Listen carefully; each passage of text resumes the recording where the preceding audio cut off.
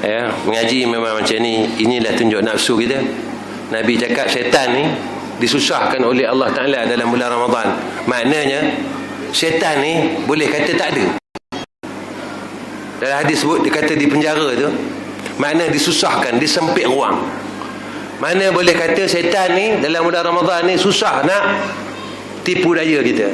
Hak yang lembik-lembik ni apa dia? Nafsu tuan. Inilah nafsu kita. Nafsu jahat kita ni hak lembik-lembik ni. Hak bila ajak sembahyang punggung naik dulu ni. Ni ada.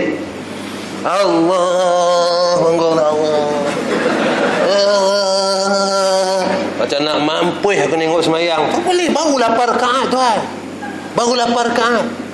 Ulama dulu sembahyang sampai 100 rakaat. Sahabat dulu 1000. Kita 8 tuan. 8 ni orang Cina cakap sap-sap soi mana kau timur. 8. Lah ni dah buat 4. Imam suara sedap. Kan suara macam aku memang lah. Suara sedap. Orang pun lawa. Tak kahwin tak pula, aku tak tahu.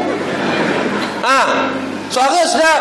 Itu gunanya orang panggil imam jemputan.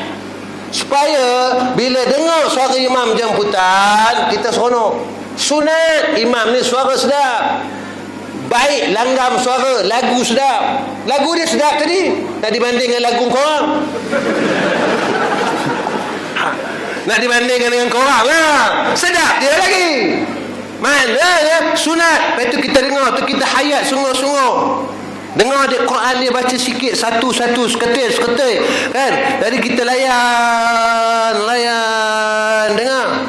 Kan? Semangat je sembahyang. Ya, adik saya minta maaf tuan-tuan. Aku cakap nak berhenti, aku terus lagi.